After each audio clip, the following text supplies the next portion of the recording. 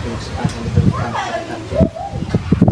Berdirinya saya sini ingin mewakilkan nama saya Sinatan Tibu dari Fakultas Ilmu Sosial Politik Program Studi Ilmu Pemerintahan dari Universitas Katolik Bidang Mandira Papua dengan nama David Ginanjar. Saya Patar Julius Nahak, asal Melaka. Ordo kami biasa dikenal dengan Ordo Olimpius. Baik, terima kasih David. Di sini saya akan mewakili David.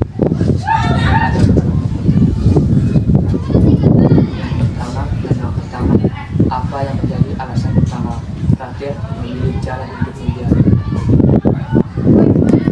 Yang menjadi alasan pokok dari biara itu yang pertama-tama untuk melayani.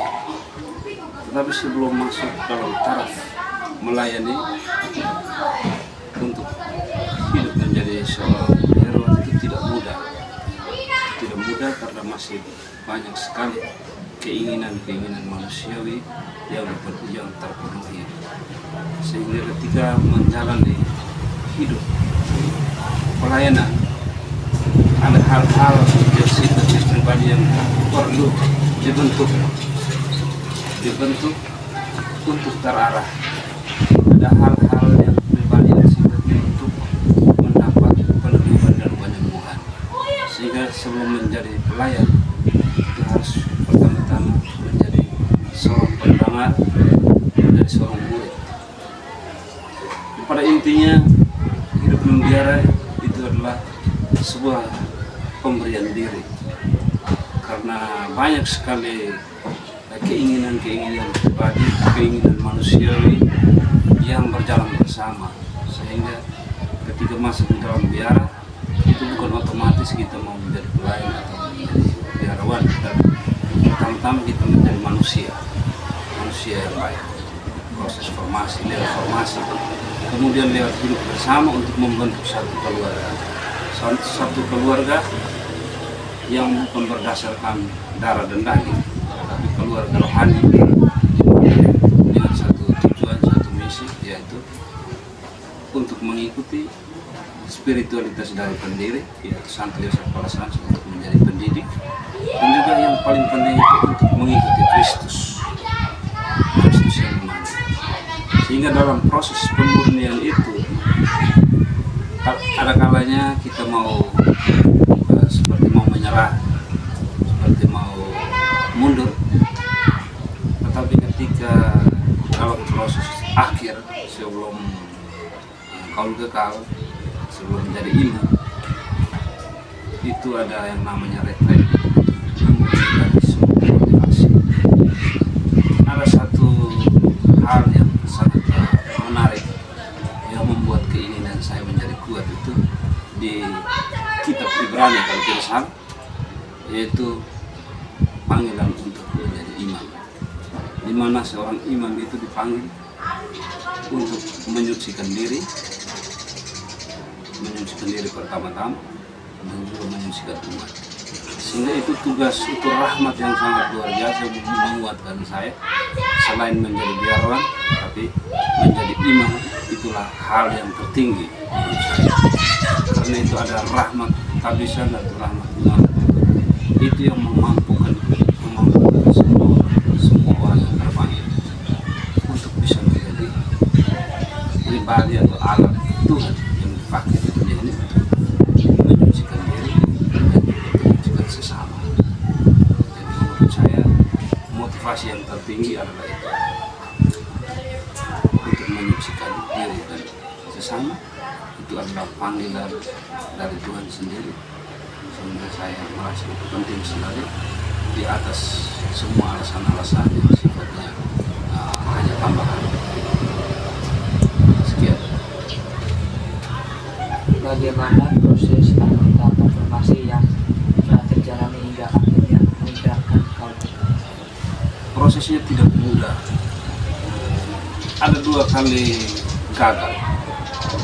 Di proses awal sebagai seorang seminari itu saya prosesnya di seminari Claretiat.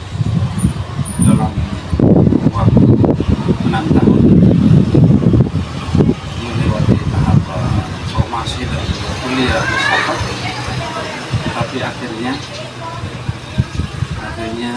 keluar dari Klaret karena beberapa alasan kesehatan, alasan keluarga yang membuat saya belum yakin kalau ini adalah panggilan saya. Tetapi ketika saya di luar, saya menarik diri jauh dari hidup membiara, saya tinggal bergaul di luar. Di saat itulah saya baru memurnikan motivasi, baru merasakan dorongan yang kuat untuk kembali ke hidup membiara. Salah satu alasannya adalah hidup komunitas atau hidup keluarga yang tadi saya banggakan, bahwa hidup bersama itu bukan karena rasa berdarah berdaging, tapi karena hidup sebuah sekolah di mana kita belajar untuk mengasihi, belajar untuk saling memaafkan, belajar untuk saling mengampuni satu sama lain, menerima segala kekurangan dan kelebihan. Itu terjadi di dalam komunitas religius.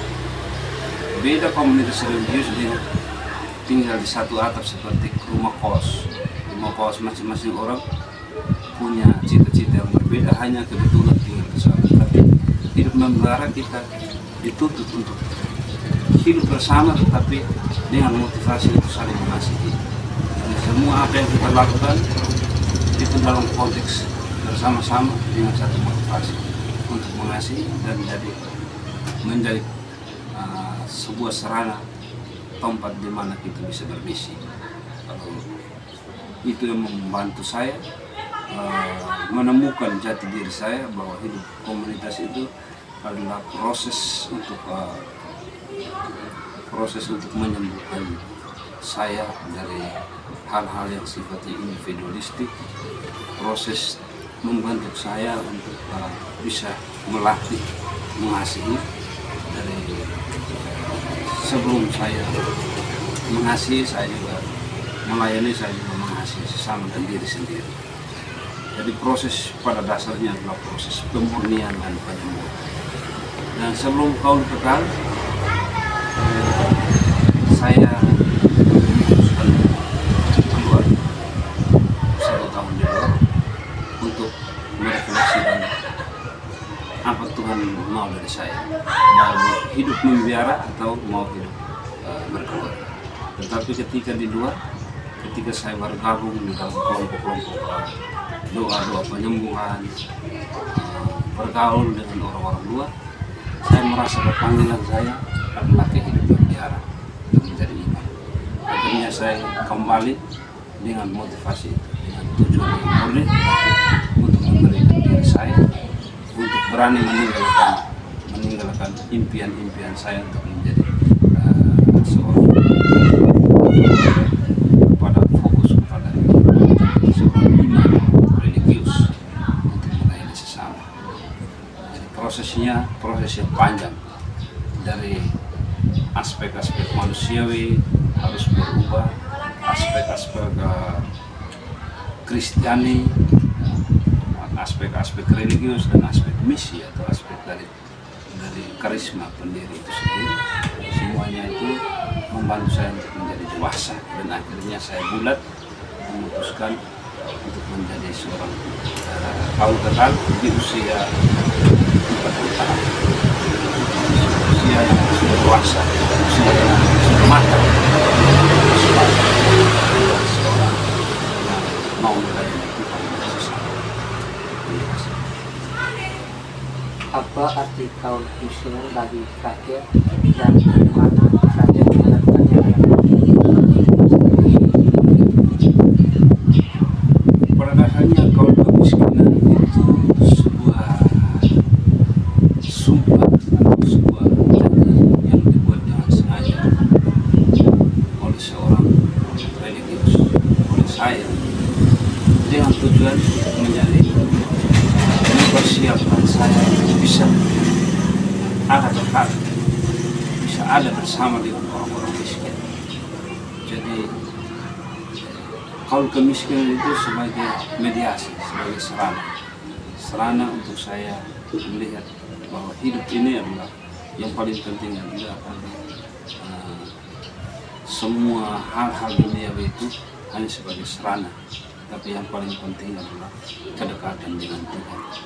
Karena dengan kemiskinan mempersiapkan hati kita untuk menerima dunia Tuhan, melihat bahwa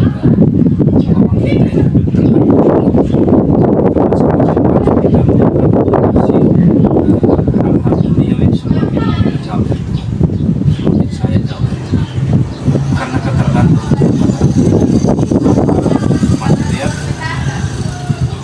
bisa menjadi pembatas atau bisa menjadi hambatan untuk mendekatkan saya dengan orang lain, terutama orang-orang miskin. Sehingga kalau kemiskinan, saya selama ini saya sudah hidup berusaha untuk menjadi sederhana, sehingga saya bisa menjadi orang yang rendah hati, orang yang siap untuk dibantu, orang yang siap untuk memberi tanpa memandang upah. Itu adalah makna dari kemiskinan. Dan orang yang miskin di hadapan Tuhan adalah orang paling dikasih, karena semakin dekat, semakin tergantung, merasa tergantung. Nasihat apa yang akan Frater berikan kepada kaum muda yang merasa tertarik atau dipanggil untuk hidup membiara? Nasihatnya satu, ketika tertarik untuk mencoba hidup religius, janganlah takut soal jadi imam atau tidak, itu urusan Tuhan. Tapi setidaknya ada sebuah formasi, ada sebuah pembentukan karakter di mana membuat kita menjadi orang yang semakin manusia, memanusiakan kita. Cara pandang kita, cara berpikir kita akan diolah menjadi orang yang dewasa.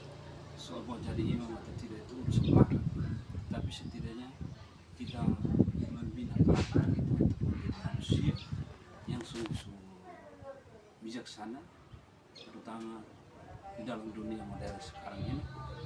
Kalau kita mendapat pendidikan yang baik, pembinaan karakter yang baik, hidup disiplin, maka kita akan menjadi orang sukses. Sehingga jadi imam, puji Tuhan, kalau tidak jadi juga puji Tuhan, semuanya itu adalah panggilan. Tapi setidaknya formasi dasar kita itu kuat, solid, sehingga kita bisa berada di dunia menjadi sarana atau kontribusi kepada sesama di sekitar kita. Bukan hanya untuk menjadi seorang imam baru bisa berkontribusi, tetapi juga bisa menjadi awal. Tapi kehidupan membiara itu jangan menjadi sesuatu yang menakutkan, tetapi seharusnya menjadi sebuah atmosfer atau sebuah lingkungan yang ramah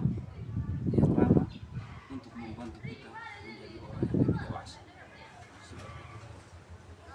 Baik, terima kasih.